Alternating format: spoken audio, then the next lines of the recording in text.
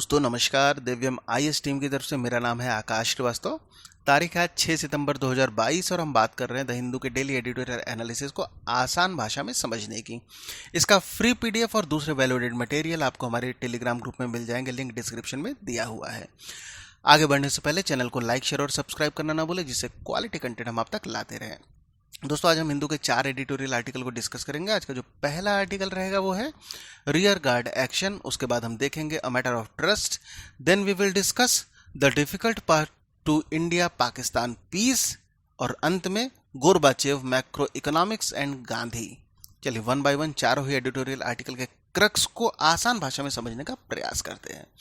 आज का जो पहला आर्टिकल है वो है rear guard action, rear guard कार्रवाई। दोस्तों फिर से मैं क्लियर कर देना चाहता हूं, जो भी हिंदी ट्रांसलेशन है उसके लिए गूगल ट्रांसलेशन का इस्तेमाल किया गया है, इसलिए कोई भी शब्दार्थ अथवा भावार्थ की यदि भिन्नता होती है तो उसको कमेंट बॉक्स में ज़रूर बताइएगा, भविष्य में उसको सुधारने का प्रयास करूंगा।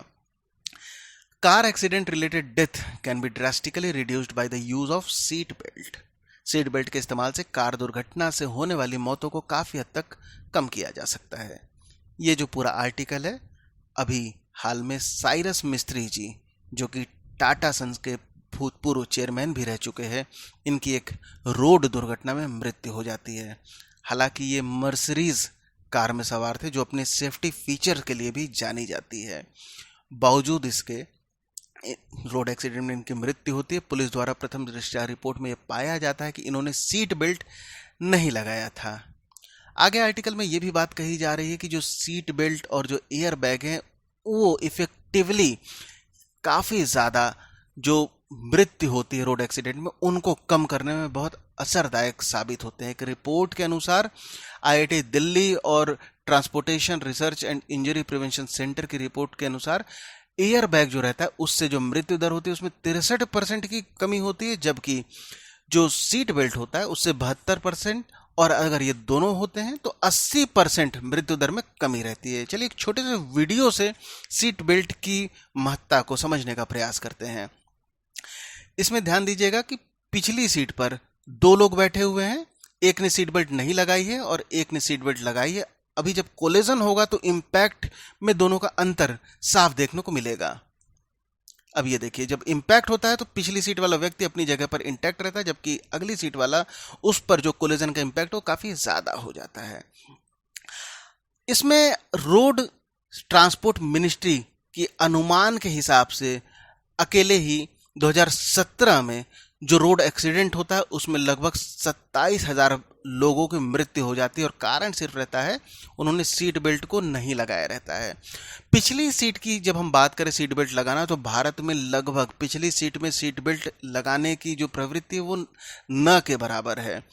और एक खास बात ये भी पाई गई है कि जब जो पिछली सीट पे बैठे रहते हैं लोग, उनमें जब कोलिजन होता है तो जो कोलिजन का इंपैक्ट है वो लगभग 8 गुना ज्यादा महसूस होता है।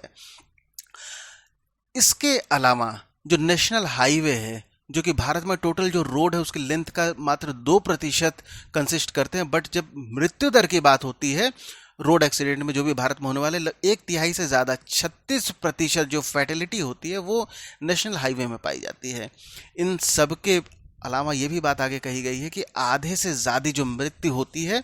उसमें एनसीआरबी के हिसाब से जो मामला सामने आया है वो ओवर स्पीडिंग का सामने आता है मामला।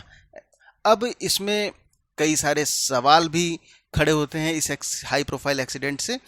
रोड सेफ्टी को लेकर, रोड कंस्ट्रक्शन को लेकर, मेंटेनेंस ऑफ रोड को लेकर, और लास्ट में आर्टिकल में ये भी बात कही जा रही है कि अब बिल्कुल इस चीज़ की ज़रूरत है कि इंडिया स्पेसिफिक जो पॉलिसी है रोड सेफ्टी को लेकर उसको बनाई जानी चाहिए, और जो भी पॉलिसी है उसको और ज़्यादा इफ़ेक्टिव करने की ज़रूरत है। इम्प्लीमेंटेशन को और ज़्यादा मजबूत करना होगा। कहीं ना कहीं जो पुअर रोड डिज़ाइन है ये बहुत बड़ा कारण हो जाते हैं जो रोड एक्सीडेंट होता है उसके लिए। साथ ही साथ में रोड को प्रॉपर मेंटेन करना होगा, टाइम टू टाइम रिव्यू करना होगा, और जो ट्रैफिक है उसको भी ट्रैफिक इंफ्रास्ट्रक्चर में सुधार लाने की ज़रूरत है, जिससे कि भविष्य में और ज़्यादा संख्या में जो रोड एक्सीडेंट होते हैं उनमें कमी लाई जा सके। दोस्तों अब जो नेक्स्ट आर्टिकल की बात कर रहे हैं, मैटर ऑफ ट्रस्ट, भरोसे की बात, ये जो पूरा आर्टिकल है इसमें ये बात कही जा रही है। हेमंत सोरेन के इर्द गिर्द आर्टिकल घूम रहा है कि the governor must end the uncertainty over the unseating of Hemant Soren. राज्यपाल को हेमंत सोरेन को हटाए जाने पर अनिश्चितता खत्म करनी चाहिए। हेमंत सोरेन जी जो झारखंड के मुख्यमंत्री हैं, उन पर अपने पद का दुरुपयोग करने का आरोप लगा है। जब मिनिस्ट्री ऑफ माइंस इनके अंतर्गत थी तो ऐसे में खुद को ही माइनिंग लीज इन्होंने प्रदान कर दिया था, जिसकी शिकायत भाजपा ने गवर्नर से की थी। गवर्नर ने नियमानुसार, जो वहां के गवर्नर है रमेश बाइस जी, नियमानुसार इलेक्शन कमीशन ऑफ इंडिया से डिस्कस करते हैं। इलेक्शन कमीशन ऑफ इंडिया ने अपनी जो भी राय इनको लेकर हेमंत सोरेन जी को थी वो इन तक पहुंचा दी है। बावजूद इसके अभी रमेश बाइस जी जो गवर्नर है उनकी तरफ से कोई भी ऑफिशियल स्टेटमेंट नहीं आया है। इसके अलावा जो लोकल जो वहाँ पे जो भी लीडर्स हैं बीजेपी रिलेटेड, उनका ये कहना है कि इलेक्शन कमीशन ऑफ इंडिया द्वारा इनको बर्खास्त करने की बात कही जा चुकी है। इनकी जो मेंबरशिप है लेजिस्लेटिव असेंबली की उसको ख़त्म करने की बात कही जा चुकी है। हालांकि ऑफिशियल स्टेटमेंट अभी इनका नहीं मिला है गवर्नर का। ऐसे में सवाल ये भी उठ रहा है कि चूंकि गवर्नर ने अभी एक तरीके से मौन धारण कर रखा है पूरे मामले को लेकर, ये इस मौन को खत्म करने की आवश्यकता है। इन सब के बाद जो रिप्रेजेंटेशन ऑफ पीपल एक्ट 1951 के सेक्शन 9(1) की उल्लंघना की बात की जाती है, जिसके तहत कार्रवाई में यदि इनकी मेंबरशिप जो विधायिका इनकी अगर चली जाती है, मेंबर ऑफ लेजिस्लेटिव असेंबली इनकी छिन जाती है, तो चीफ मिनिस्टर के पद से भी इनको हाथ धोना पड़ सकता है। क्योंकि जैसा कि नियम है, जो चीफ मिनिस्टर होता है उसको किसी न किसी सदन का सदस्य होना आवश्यक है, और यदि वो सदस्य नहीं रहता तो 6 महीने के भीतर उसको किसी भी सदन का सदस्यता मिलनी चाहिए। और ऐसा नहीं होने की कंडीशन में उसको जो मुख्यमंत्री पद है उससे हाथ धोना पड़ सकता है। हाल ही फिलहाल में अभी जो झारखंड के मुख्यमंत्री हैं, इनके द्वारा अपनी असेंबली सीट में जो मेजॉरिटी है उसको भी सिद्ध किया जा चुका है। हालांकि अभी गवर्नर द्वारा अगला कदम क्या होगा ये किसी को नहीं पता है। जो इलेक्शन कमीशन ऑफ इंडिया ने इनको क्या सजेशन दिया उस पर कोई भी ऑफिशियल स्टेटमेंट अभी आना बचा हुआ है। ऐसे में चूंकि जो गवर्नर है, गवर्नर का ये कार्य होता है कि वो जो पॉलिटिक्स होती है उससे दूर हटते हुए, जो पार्टी पॉलिटिक्स से इतर उससे ऊपर हटते हुए संविधान के अंतर्गत अपना कार्य को निर्वहन करना चाहिए। ऐसे में ऐसा कोई भी कारण नहीं दिखता है जिस पे जो गवर्नर रमेश बाइस जी हैं इन्होंने अपने मौन को धारण कर रखा है। बेसिकली आर्टिकल में ये भी बात कही जा रही है कि एज सुन एज पॉसिबल इनको अपने जो साइलेंस है उसको खत्म करते हुए हेमंत सोरेन के खिलाफ जो भी मामला है उस पर क्या कार्रवाई आगे की गई है, इलेक्शन कमीशन ने क्या रिकमेंडेशन दिया है, उसको सार्वजनिक करना चाहिए। दोस्तों अब हम नेक्स्ट आर्टिकल की बात करेंगे। नेक्स्ट आर्टिकल बात कर रहा है the difficult part to India Pakistan peace, Bharat Pak शांति की राह कठिन। The failure to manage the domestic audience in Pakistan is a recurrent trope that has overwhelmed peace attempts. Pakistan में घरेलू दर्शकों को प्रतिबंधित करने में विफलता एक आवर्ती ट्रॉप है जिसने शांति प्रयासों को अभिभूत कर दिया है। आर्टिकल में यह बात कही जा रही है कि अभी जिस तरीके से इमरान खान सरकार की बर्खास्तगी हुई है पाकिस्तान से, अब उसके बाद जो नए प्रधानमंत्री पाकिस्तान के बने हैं शरीफ जी, शहबाज शरीफ जी, इनके लिए आगे की बहुत सारी चुनौतियां हैं। चूंकि पाकिस्तान एक मुश्किल दौर से गुजर रहा है, इकोनॉमिक क्राइसिस चल रहा है, नेचुरल कैलेमिटी में फ्लड, इस समय पाकिस्तान में जो बाढ़ आई है वो आज से पहले आई हुई बहुत सारे जो नेचुरल कैलेमिटी हैं उनमें one of the major catastrophe साबित हो रही है पाकिस्तान के लिए। अब इसमें यह बात उठ रही है बार बार कि ऐसे में क्या जो कोरोना वायरस और अभी जो हाल फिलहाल में फ्लड और इसके अलावा जो पाकिस्तान की चरमराई जो अर्थव्यवस्था है, इसमें भारत का क्या रोल हो सकता है। क्या पाकिस्तान की तरफ से जो कई सारे मिनिस्टर्स ये बात कह रहे हैं कि अब वक्त आ चुका है कि पाकिस्तान को अपने जो ट्रेड रिलेशन है भारत के साथ उसको फिर से खोलना चाहिए, और ऐसे में कमर बाजवा जो आर्मी चीफ हैं और जो माना भी जाता है कि पाकिस्तान की जो सरकार है उसकी जो बागडोर है बेसिकली वो आर्मी के ही हाथ में रहती है, कमर बाजवा जी, ये भी अभी इस मूड में दिख रहे हैं कि कुछ हद तक भारत के साथ जो व्यापारिक संबंध है उनकी पुनर्बहाली आवश्यक हो चुकी है। इसमें वहाँ के जो मिनिस्टर मिनिस्टर ऑफ फिनांस हैं, इन्होंने भी अभी बात कही थी कि भारत से कुछ व्यापारिक संबंधों की शुरुआत करनी चाहिए। प्रधानमंत्री मोदी ने भी अभी ट्वीट किया है कि पाकिस्तान के लोगों के साथ काफ़ी संवेदना है ऐसे कठिन समय में, और निश्चित तौर पर प्रधान मोदी का जो ट्वीट आता है वो कहीं ना कहीं भारत मदद को तैयार भी है, इस बात की तरफ भी इशारा करता है। इन सब के बाद अब जो आर्टिकल में आगे बात ये भी उठ रही है कि IMF की तरफ से भी पाकिस्तान को थोड़ी सी समय राहत भी मिली है। जो उनका जो 39 महीने का जो एक लोन 6 बिलियन का मिला था IMF की तरफ से, उसको भी 1 साल के लिए एक्सटेंड कर दिया गया है। इसके अलावा एक फ्रेश 1.17 बिलियन का फंड एडिशनल पाकिस्तान को मुहैया कराया जा चुका है। पाकिस्तान के जो वित्त मंत्री मिफ्ता इस्माइल जी, इन्होंने अभी बात कही थी कि भारत के साथ चूंकि पाकिस्तान में अभी फूड शॉर्टेज दिख रही है, अब ऐसे में जो फूड क्राइसिस हो रही उससे बचने के लिए भारत से सब्जियों का जो इंपोर्ट होता है, जो इम्पोर्टेंट जो कमोडिटी आइटम है उनका इंपोर्ट खोलना चाहिए। और जिसके मूड में कहीं ना कहीं इस समय आर्मी भी दिख रही है, प्रधानमंत्री भी दिख रहे हैं और भारत की तरफ से भी पॉजिटिव सिग्नल दिए जा रहे हैं। हालांकि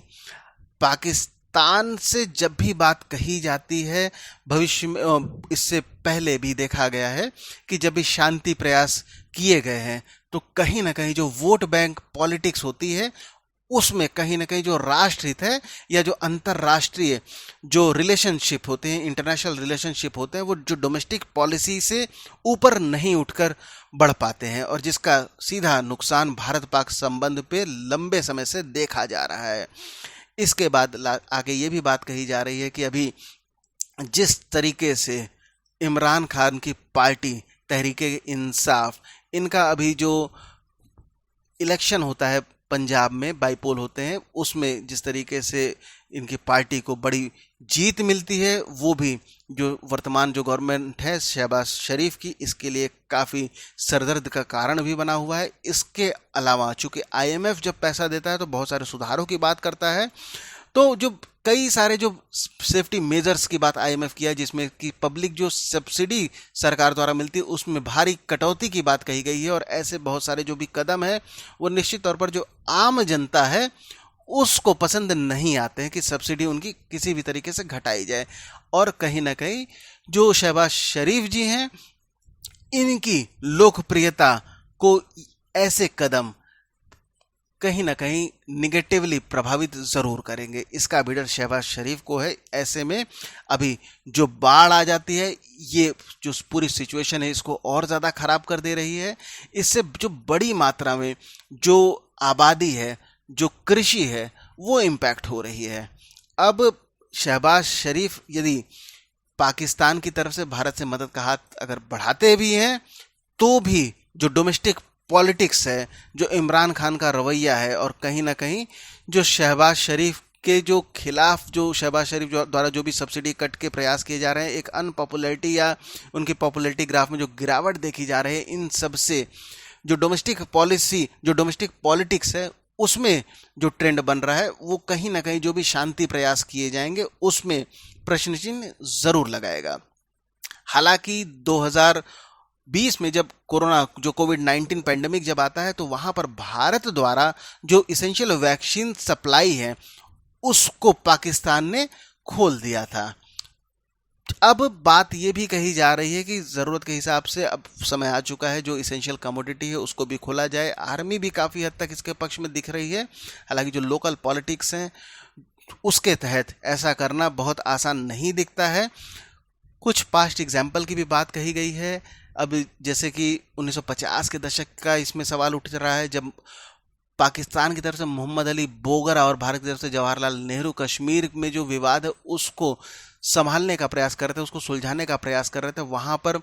जो भारत की तरफ से, हालांकि जो जवाहरलाल नेहरू काफ़ी मजबूत लीडरशिप और एक सेक्युलर लीडर के तौर पर उभरे थे, और कभी भी इंटरनेशनल पॉलिटिक्स पर इन्होंने डोमेस्टिक जो पॉलिटिक्स है उसको हावी नहीं होने दिया था, या दूसरे शब्दों में इन्होंने डोमेस्टिक पॉलिटिक्स को कंट्रोल करके रखा हुआ था। जबकि इसके इतर पाकिस्तान में जो मोहम्मद अली बोगरा थे, ये उतने मजबूत नेता साबित नहीं हुए थे। डोमेस्टिक पॉलिटिक्स इन पर पूरी तरीके से ऐसा नहीं था कि डोमेस्टिक पॉलिटिक्स से ऊपर उठकर ये अंतर्राष्ट्रीय जो पॉलिटिक्स होती है, इंटरराष्ट्रीय संबंध होते हैं, उनको ये दिशा निर्देश कर पाते। बेसिकली ये बंगाली रिजिम से आते थे, ये बंगाली थे, और चूंकि पाकिस्तान में जो पंजाबी लोग हैं उनका वर्चस्व काफ़ी हद तक देखा जा रहा था, जो बिजनेस एलीट थे, तो ऐसे में उनके दबाव में प्रॉपर सॉल्यूशन नहीं हो पाता है कश्मीर डिस्प्यूट का। और वर्तमान समय में भी जो कश्मीर का जो डिस्प्यूट है, ये पाकिस्तान और भारत के लिए गले की फांस बना हुआ है। हालांकि भारत तो इस मुद्दे से आगे बढ़ रहा है, अपनी तरफ से भारत ने कई सारे कदम उठा भी लिए हैं कश्मीर को लेकर। हालांकि उसी विवाद को लेकर पाकिस्तान ने भारत से अपने संबंध को, जो भी ट्रेड होते हैं, उनको बैकड्रॉप करके रख दिया था। हालांकि भारत की तरफ से इस बात पर पाकिस्तान से अभी तक वार्ता नहीं शुरू की गई थी कि जब तक जो टेररिज्म का मुद्दा है उस पर पाकिस्तान लगाम नहीं लगाएगा तब तक उनसे कोई भी बातें नहीं की जाएंगी। अब ऐसे में जो मौजूदा जो दौर है, जहां पर एक मौका मिल रहा है कि जो दोनों तरफ की लीडरशिप है वो एक कदम आगे बढ़ा सकती हैं, भारत पाकिस्तान इस कठिन के दौर में एक दूसरे की मदद कर सकता है। मोदी गवर्नमेंट के पास भी एक सुनहरा मौका है, और कहीं ना कहीं जो चाइना का बढ़ता इम्पैक्ट है, जिससे भारत लेकर काफ़ी चिंतित भी है पाकिस्तान में, उस पर भी काउंटर किया जा सकता है। अब पूरे में देखना ये काफ़ी दिलचस्प होगा कि क्या अपनी जो डोमेस्टिक पॉलिसी है उससे पाकिस्तान आगे बढ़कर इन जो अंतर्राष्ट्रीय संबंधों में समय की आवश्यकता को पहचान के उसके अनुसार काम करना इस समय पाकिस्तान कर पाता है शहबाज शरीफ के लीडरशिप के अंतर्गत में, या उतना जो भी प्रभावी कदम है वो पाकिस्तान की तरफ से नहीं उठाया जाएगा। ये देखना बहुत ज़्यादा आने वाले समय में दिलचस्प होगा। इसके अलावा लास्ट में ये भी बात कही जाई है कि जिस तरीके से जो शांति की बात होती है, पाकिस्तान हमेशा जब बात आती है कि अंतर्राष्ट्रीय संबंधों में राष्ट्रहित और जो वोट बैंक पॉलिटिक्स जो होती है, उसमें जब खुद के सर्वाइवल की बात आती है, तो राष्ट्र और खुद में जो पाकिस्तान की लीडरशिप है, कई मामलों में ऐसा देखा गया है कि वो राष्ट्रहित को पीछे करते हुए अपनी सीट और पार्टी को बचाने के लिए जो भी आवश्यक होता है उसको उस तरीके से कदम आगे बढ़ा देती है। तो अब पूरे आर्टिकल में ये बात ही दर्शाई गई है, और आने वाले समय में किस तरीके से, चूंकि भारत तब तक मदद का प्रस्ताव आगे नहीं कर सकता है जब तक ऑफिशियली पाकिस्तान की तरफ से कोई मदद की गुहार नहीं लगाई जाए। वहाँ के मंत्री जो बात कर रहे हैं वो उनका डोमेस्टिक मैटर है, बट भारत सरकार मदद के लिए तभी आगे बढ़ेगी जब पाकिस्तान की गवर्नमेंट की तरफ से कोई ऑफिशियल मदद मांगी जाए, ऑफिशियल बात कही जाए। तो दोस्तों इस आर्टिकल में इतना ही। नेक्स्ट आर्टिकल की जब हम बात करते हैं तो Gorbachev macro economics and Gandhi, Gorbachev macro economics और गांधी, इसमें बात कही जा रही है कि concept of free trade, financial freedom and privatisation are not the right solution for India's citizens. मुक्त व्यापार, वित्तीय स्वतंत्रता और निजीकरण की अवधारणाएं भारत के नागरिकों के लिए सही समाधान नहीं है। इस आर्टिकल में रूस जब यूएसएसआर था, उस दौरान यूएसएसआर के अंतिम राष्ट्रपति मिखाइल गोरबाचेव, उनकी उदाहरण को लेते हुए आर्टिकल में बात कही जा रही है कि जो जिनकी अभी पिछले हफ्ते इनकी गोरबाचेव इनकी मृत्यु हो जाती है, इन्होंने बहुत सारे प्रयत्न किए थे जब ये अपनी लीडरशिप के दौरान में काफ़ी विजनरी लीडर के तरीके से ये देखे जाते हैं। जब कम्युनिज्म और कैपिटलिज्म के बीच में जब एक आइडियोलॉजिकल कॉन्फ्लिक्ट होता है, उससे भी ये अपने देश को आगे निकालने का प्रयास करते हैं। जो शीत युद्ध होता है उससे भी ये उस दौर में जो काफ़ी दोनों ही, एक तरफ जो यूएस लेड जो पावर थी, दूसरी तरफ यूएसएसआर लेड जो पावर थी, तो पूरी दुनिया पर जो भी अनिश्चितता के बादल शीत युद्ध में मंडरा रहे थे उसको ख़त्म करने का प्रयास भी गोरबाचेव को जाता है। हालांकि कई विचारधारकों का ये भी कहना है कि हालांकि शीत युद्ध कभी भी पूरी तरीके से समाप्त आज भी नहीं हो पाई है। बहरहाल आर्टिकल में ये बात आगे कही जा रही है कि जो लगातार नाटो पूर्व की तरफ बढ़ रहा है और कहीं ना कहीं जो अभी वर्तमान में रूस और यूक्रेन का जो युद्ध हो रहा है वो उसका जड़ में जो है वो नाटो का विस्तारवाद ही है। और इन सब को गोर्बाचेव ने मृत्यु से पहले अपनी आंखों से देखा है। इसमें ये भी आर्टिकल में ये भी बात कही जा रही है कि जिस दौर में गोर्बाचेव ने अपनी लीडरशिप, इनकी जब यूएसएसआर का विखंडन होता है 1991 के दशक के दौरान में, और जो नेक्स्ट लीडरशिप बोरिस येल्सिन के हाथ में आती है, तब अचानक से उन्होंने अपरिपक्वता दिखाते हुए जो पूरी यूएसएसआर की जो इकोनॉमी थी, जब वो रशिया बनता है तो उन्होंने अंधानुकरण करते हुए कैपिटलिज्म को अपना लिया था। चूंकि रशिया की इकोनॉमी जो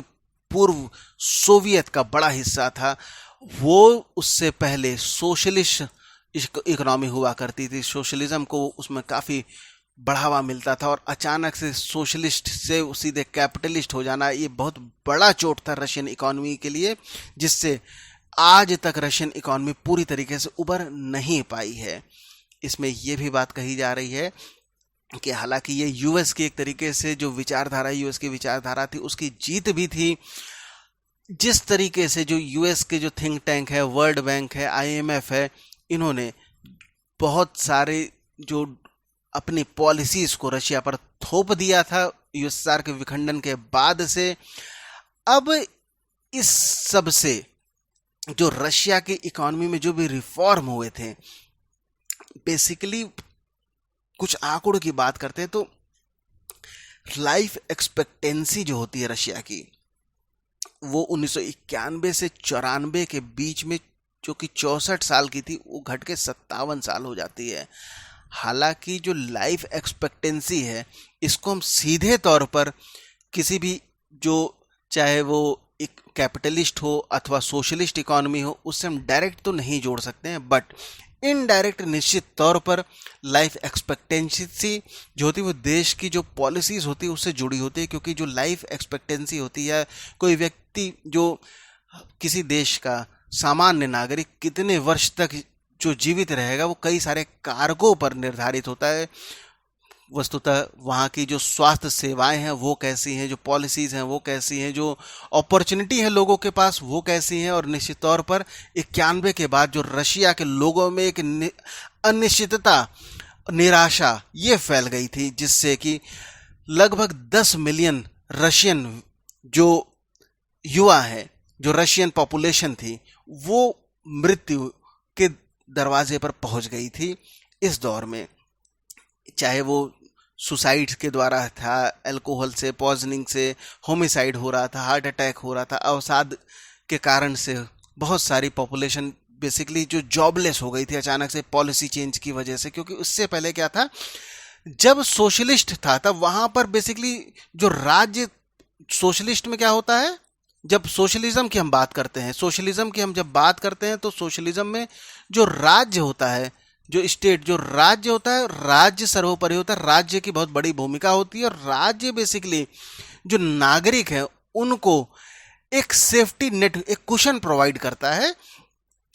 और जब कैपिटलिज्म की जब बात करते हैं तो कैपिटलिज्म में क्या होता है, जो मार्केट होता है, जो बाजार होता है, वो सबसे इंपॉर्टेंट भूमिका प्रदान करता है और लेजर फेयर की पॉलिसी को अपनाई जाती है। राज्य को स्वतंत्र छोड़ दिया जाता है, राज्य अपने हिसाब से चीज़ों को पुनर्स्थापित कर लेता है। अब चूंकि रशिया में क्या हुआ था, अचानक से जो सोशलिज्म से कैपिटलिज्म की तरफ बढ़ गया था, इससे बहुत ज़्यादा लोगों की नौकरियां चली जाती है, निराशा हो जाती है, लोगों की मृत्यु हो जाती है। और ये आंकड़े डराने वाले भी होकर सामने नज़र आते हैं। हालांकि जब बात होती है कि जब जो 20वीं शताब्दी की जब बात आती है, 20th सेंचुरी की बात आती है, तो वहाँ पर एक तरफ कॉलोनिज्म का दौर था, एक तरफ शीत युद्ध चल रहा था, एक तरफ जो न्यूक्लियर युद्ध की तरफ जो दुनिया पहुँच गई थी। इन सब से हटते हुए जब बात सामने आती है, तब जो आइडियोलॉजिकल बैटल होते हैं जो इकोनॉमी के बीच में, बेसिकली यहाँ पर सोशलिज्म वर्सेस कैपिटलिज्म की बात कही जा रही है कि राज्य का रोल ज़्यादा होना चाहिए अथवा जो मार्केट होता है उसका रोल ज़्यादा होना चाहिए। इसकी जब बात कही जा रही थी, तो बेसिकली जो पूरी दुनिया है और इंक्लूडिंग रशिया, इसको ग्लोबल कैपिटलिज्म जब हावी हो जाता है रशिया के ऊपर सोवियत यूनियन के विखंडन के बाद से, तब उसके दुष्प्रभाव रशिया में सामने देखने को भी मिलते हैं। हालांकि दूसरी तरफ जो चीन था, चीन ने जो पश्चिम था उसका अंधा अनुकरण नहीं किया और अपनी इकोनॉमी को अचानक से नहीं बदलाव किया, बल्कि धीमे धीमे जो सोशलिज्म थे उसके बेनिफिट को भी बनाए रखा और जो कैपिटलिज्म थी उसकी आवश्यकता को भी समझते हुए अपने राष्ट्र की ज़रूरतों को ध्यान में रखते हुए बिना किसी बाहरी दबाव के धीमे धीमे अपनी इकोनॉमी को खोला है। और आज हम देख सकते हैं कि दुनिया की सबसे स्ट्रॉन्ग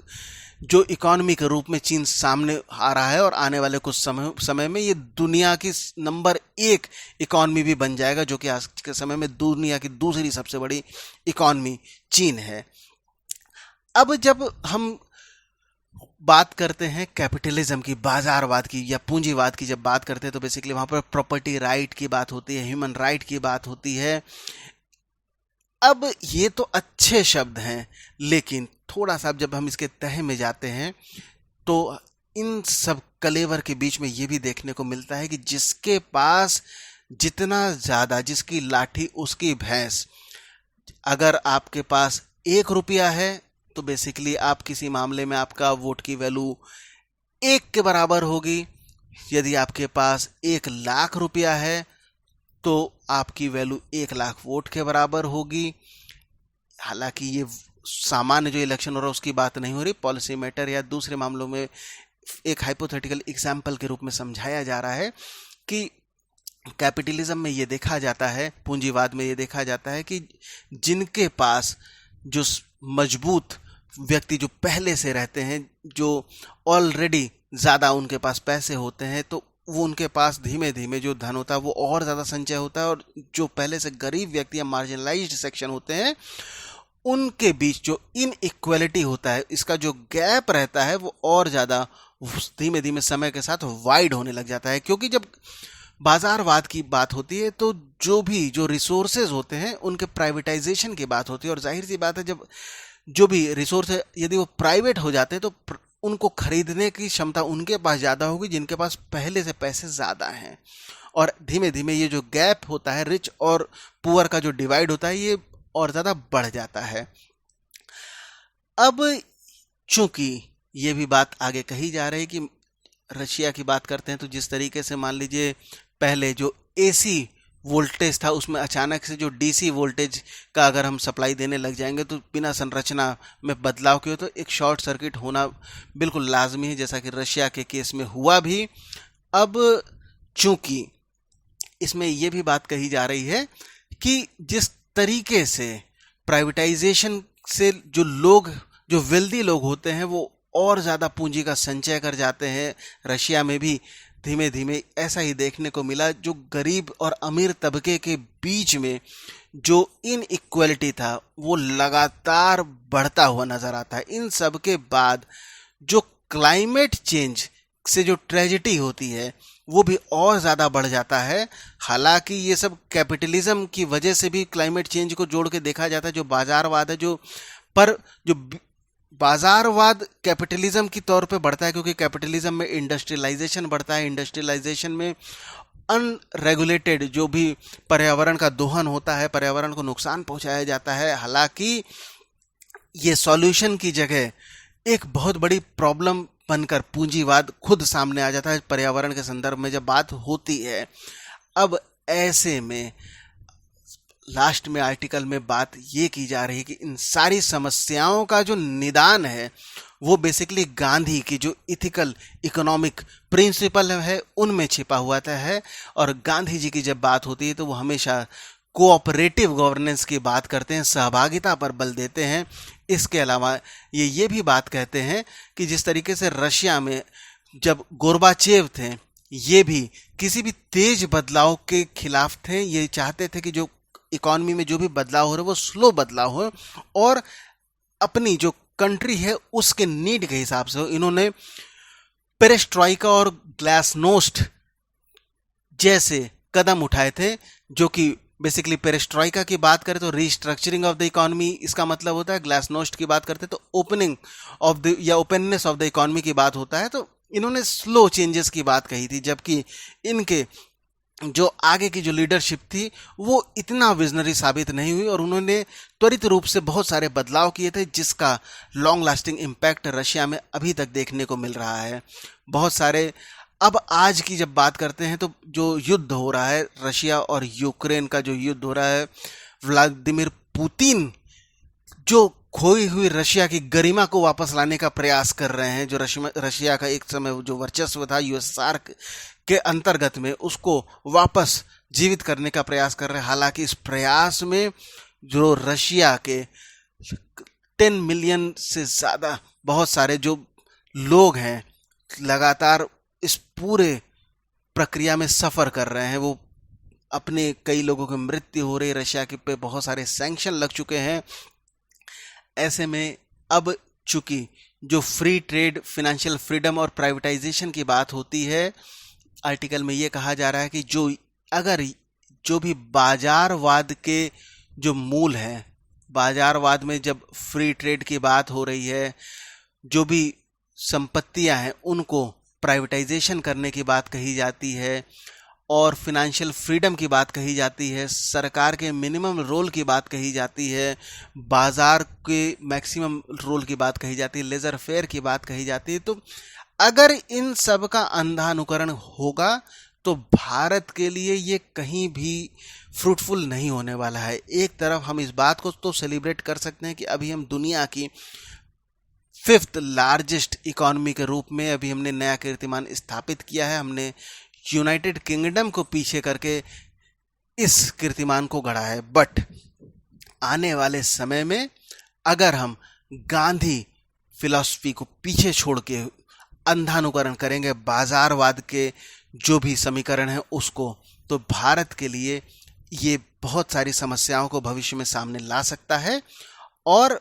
अगर हम पूर्ण स्वराज की जब बात करते हैं तो उसमें गांधी आज और ज़्यादा रिलेवेंट हो जाते हैं जब वो बात करते हैं कोऑपरेटिव की बात करते हैं, जब वो बात करते हैं गांधी की किस तरीके से जो हमारी इकॉनमी होती है वो हमको अपनी ज़रूरतों के हिसाब से